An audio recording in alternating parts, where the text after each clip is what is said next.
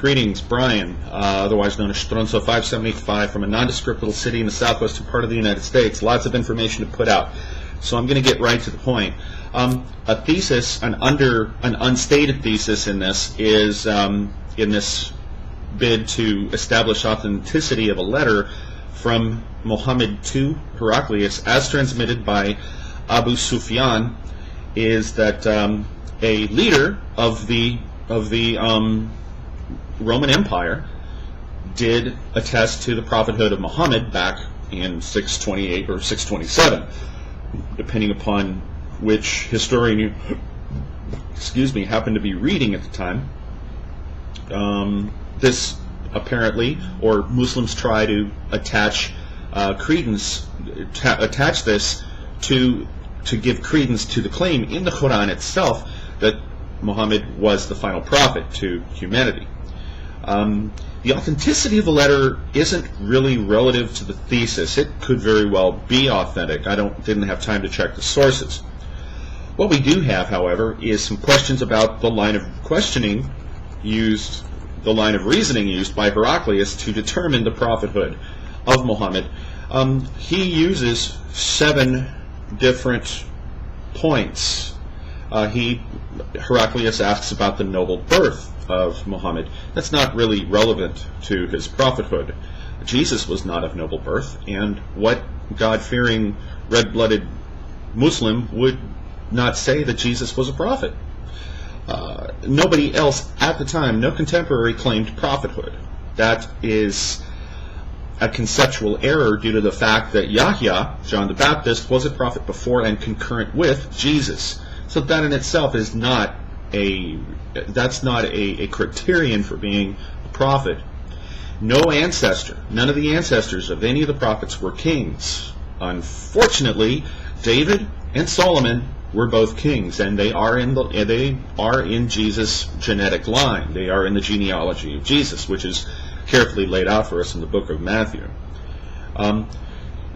Prophets do not lie. It's acceptable and important for a prophet not to lie, but both Abraham and Isaac lied. And I can provide scriptural references if you'd like. So that's not really a criterion for prophethood as well. The followers of the prophet are always poor.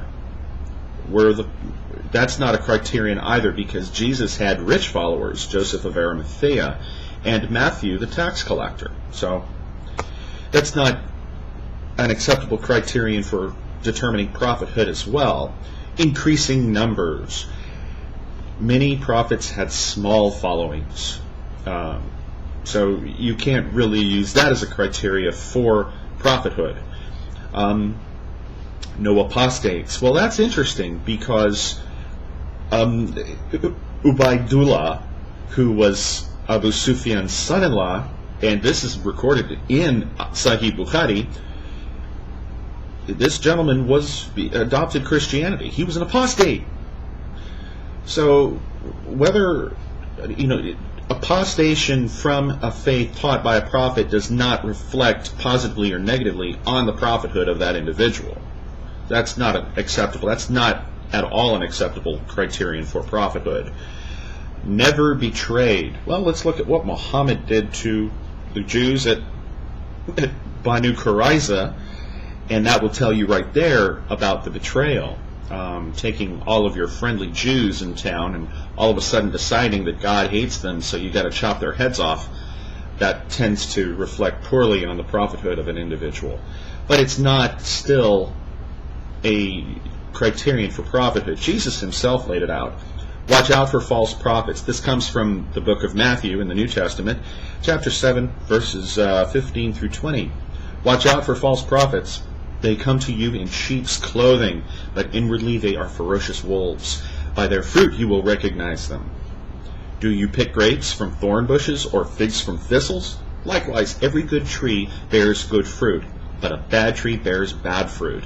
A good tree cannot bear bad fruit, and a bad tree cannot bear good fruit. Every tree that does not bear good fruit is cut down and thrown into the fire.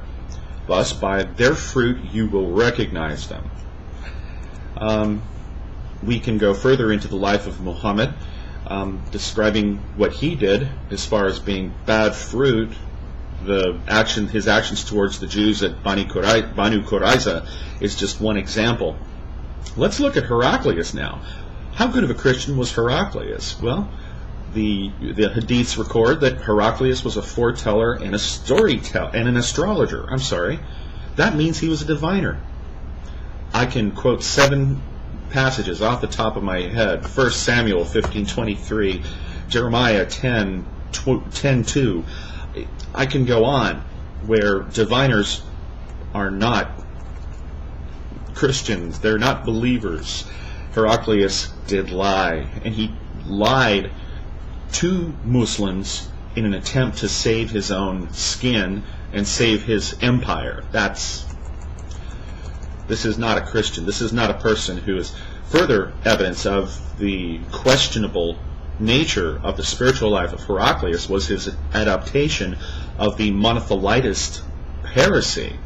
To this day, the modern day Abyssinian, Armenian, Coptic, and Jacobite churches are monotheistic. In other words, they adhere to monothelitism, which teaches that Jesus only had a divine nature and not a human nature. So that is a heresy that took us about 40 years to eradicate. There are a number of other items that Heraclius did to really speak to his spiritual life. He was married to his niece. In addition, he fought the Muslims. Now, that being said, I am not of the opinion that Heraclius was a good judge of prophethood. So really, this claim doesn't hold a whole lot of water for me as a Christian, and it shouldn't hold a whole lot of water for the average thinking person.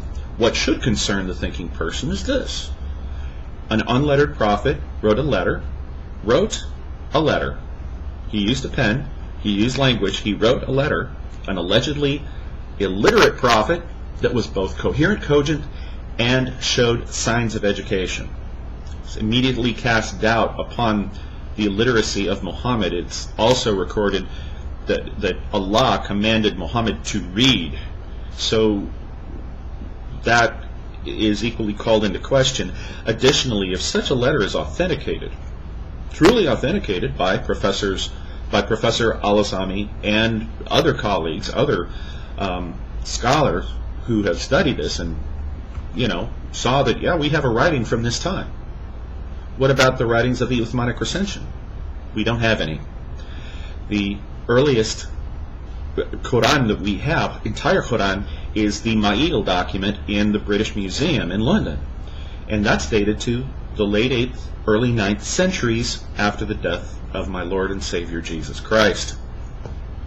Lots of questions. More questions are asked than are really answered by this. So just some thoughts I wanted to throw out there. And if you are considering converting to Islam because of this letter, think again.